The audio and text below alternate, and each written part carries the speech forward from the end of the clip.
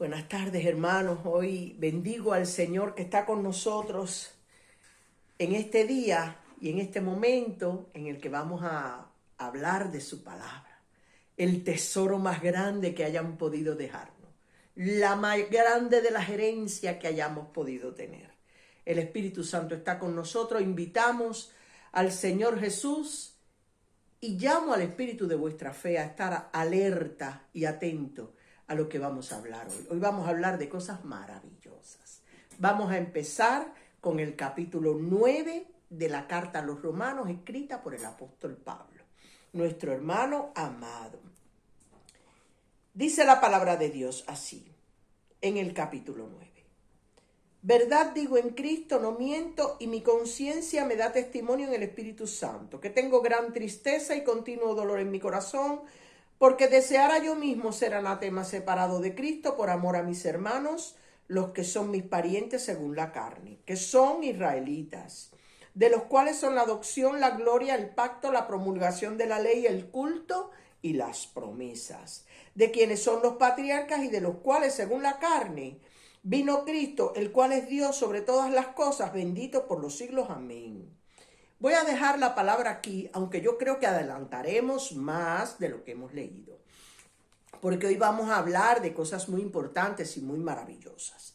Empezando esta introducción a este estudio en el verso 38 del capítulo 8 de Romanos. Por lo cual estoy seguro que ni la muerte, ni la vida, ni ángeles, ni principados, ni potestades, ni lo presente, ni lo porvenir, ni lo alto, ni lo profundo, ni ninguna otra cosa creada, nos podrá separar del amor de Dios que es en Cristo Jesús, Señor nuestro. Nada nos puede separar del Señor. Y Él está contento y seguro de su salvación y de todo lo que Dios ha hecho por Él. Y en medio de esta alegría, de este gozo, Él dice, verdad digo en Cristo, no miento, y mi conciencia me da testimonio en el Espíritu Santo. Es decir, lo que voy a decir ahora es una verdad como un templo. Porque dice, el Espíritu Santo me da testimonio a mi conciencia de que no estoy mintiendo, de que esto que yo estoy sintiendo ahora es una realidad. Que tengo gran tristeza y continuo dolor en mi corazón. Y el Espíritu Santo sabe que es verdad, dice Pablo, porque deseara yo mismo ser anatema separado de Cristo por amor de mis hermanos, los que son mis parientes según la carne. Dice Pablo, yo quisiera yo mismo ser separado de Dios. Yo mismo quisiera ser maldito anatema por amor a mis hermanos los israelitas. No es fácil, porque yo quiero que toda mi familia se salve, pero a precio de que yo me pierda.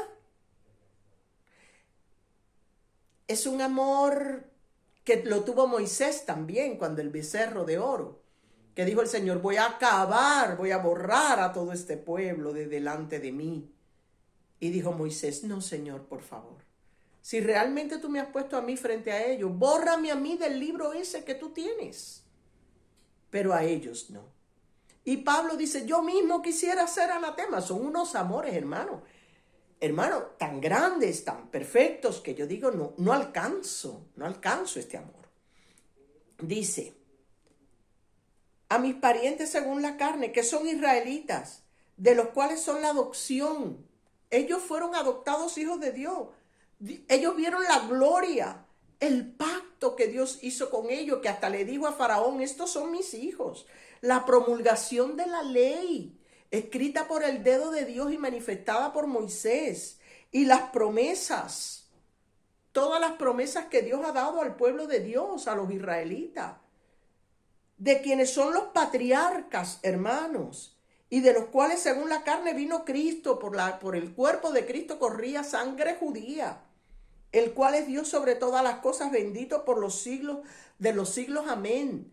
Yo quisiera, decía Pablo, que Dios me apartara de Él, que Jesús me apartara de Él, porque yo tengo un continuo dolor en mi corazón. No era fácil ver que el pueblo escogido de Dios seguía sacrificando animales como si Cristo no hubiera sido sacrificado. Y el escritor de Hebreos dice, pero ¿cómo es posible que tengan por inmunda la sangre de Dios? ¿Qué va a pasar? ¿Qué va a pasar con los que tienen por inmunda la sangre de Dios y sacrifican becerros y sacrifican otros animales y palominos y cosas, como si la sangre de esos animales valiera más que la sangre del Señor? Y como los israelitas hacían esas prácticas y esas cosas, él decía, yo tengo continuo dolor, yo quisiera morirme, a ver si de esa manera este pueblo entendía lo que estaba pasando. Y dice, no que la palabra de Dios haya fallado, en el sentido de que escogió a Israel y Israel le ha fallado. No, hay un remanente en Israel que sí, que se llaman los judíos mesiánicos, algo así, que sí aman al Señor Jesucristo y que sí han valorado la sangre. Por eso él dice, no es que haya fallado la promesa, sino, dice, porque no todos los descendientes de Israel son israelitas.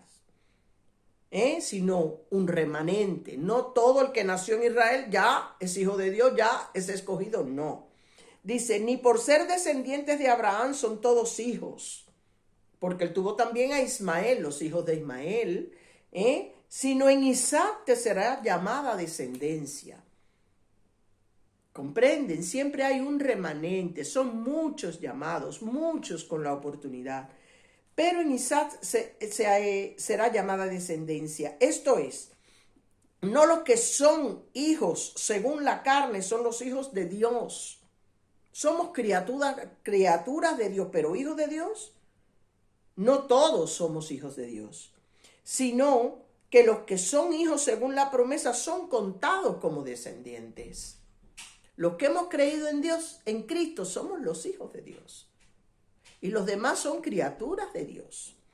Porque la palabra de la promesa es esta: por este tiempo vendré y Sara tendrá un hijo. ¿Saben? No el de Ismael, de la esclava, sino que Sara iba a tener un hijo. Y no solo esto, sino también cuando Rebeca concibió de uno de Isaac, nuestro padre, pues no habían aún nacido, ni habían hecho aún ni bien ni mal, para que el propósito de Dios conforme a la elección permaneciese, no por las obras, sino por el que llama. Dice aquí, y no solo esto, sino también de Rebeca, que tuvo hijos de Isaac. Dice, pues no habían aún nacido Jacob y Esaú, no habían aún nacido, eran mellizos, gemelos, y no habían hecho aún ni bien ni mal, para que el propósito de Dios conforme a la elección permaneciese, no por las obras, sino por el que llama. Se le dijo al mayor que serviría al menor, a Esaú, que serviría a Jacob, pues como está escrito, a Jacob amé, mas a Esaú aborrecí. ¿Qué pues diremos? ¿Que hay injusticia en Dios? En ninguna manera. Dios siempre ha elegido a sus hijos, a sus colaboradores, a sus siervos. Dios siempre los ha elegido. Y Él hace la elección soberanamente, no por nuestras obras, sino porque Él es el que escoge. Escogió a Jacob y aborreció a Esaú. La descendencia de Ismael la desestimó y cogió la descendencia de Isaac. Y así el Señor siempre ha hecho sus elecciones. En el tiempo de antes, los cristianos se llamaban elegidos unos a otros, porque nosotros los elegidos de Dios, y era una palabra común entre ellos. Ahora es cuando esta palabra significa que es una doctrina calvinista, significa un terror, como yo digo, hay gente que no quiere la elección para pecar hasta cuando quiera y en el último momento decir sí, Señor, y entonces entrar de toda forma. Pero esto no es así. Esto puede pasarle al ladrón que no tenía conciencia de pecado, porque nadie le había predicado. Esto puede pasarle a una persona que no haya conocido el Evangelio y que a última hora le digan, Cristo te ama y te salva, y su corazón responda que sí. Pero la persona que deliberadamente quiere hacer lo que quiere, ¿eh? Y al final decir, no, yo al final me da tiempo y digo que sí.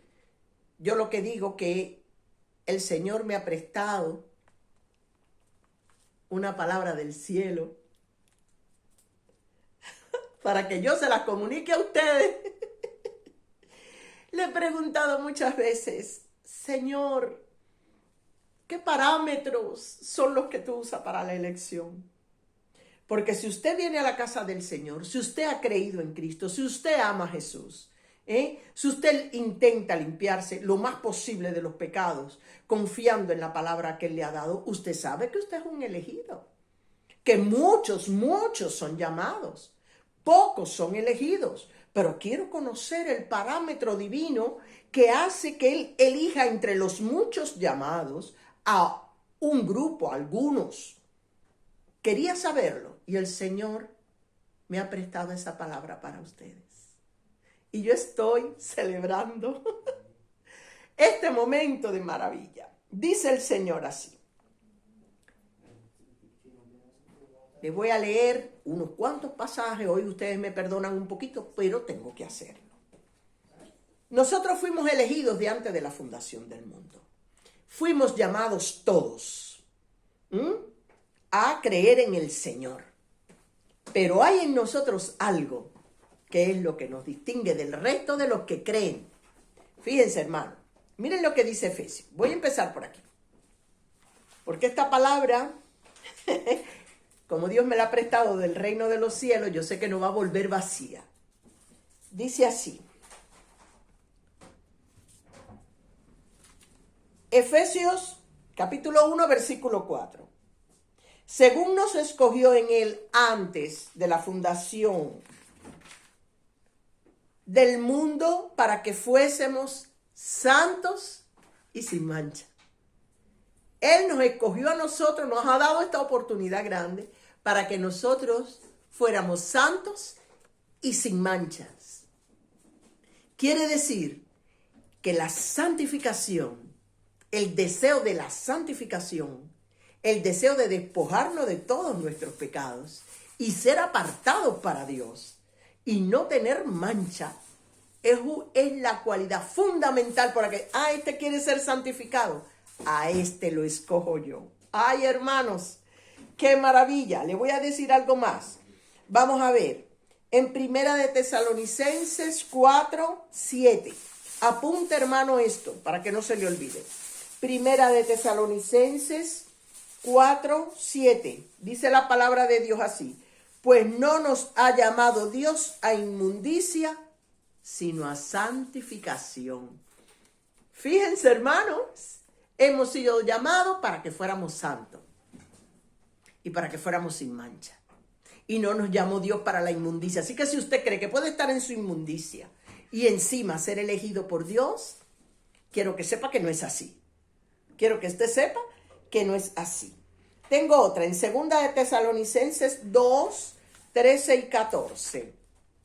Dice la palabra del Señor así. Pero nosotros debemos dar siempre gracias a Dios respecto a vosotros, hermanos amados por el Señor, de que Dios os haya escogido desde el principio para salvación mediante la santificación por el Espíritu y la fe en la verdad.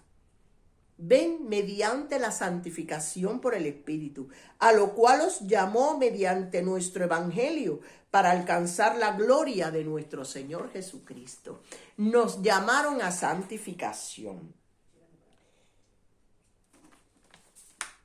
Y en 2 de Timoteo, déjenme ver, hermano, un momentico, por favor. 1, 9 y 10, en 2 de Timoteo 1, 9 y 10 dice, quien nos salvó y llamó con llamamiento santo, no conforme a nuestras obras, sino según el propósito suyo y la gracia que nos fue dada en Cristo Jesús antes de los tiempos de los siglos. ¿Saben, hermano? Nos ha llamado con llamamiento santo. Dice, quien nos salvó y nos llamó con llamamiento santo. Amados míos,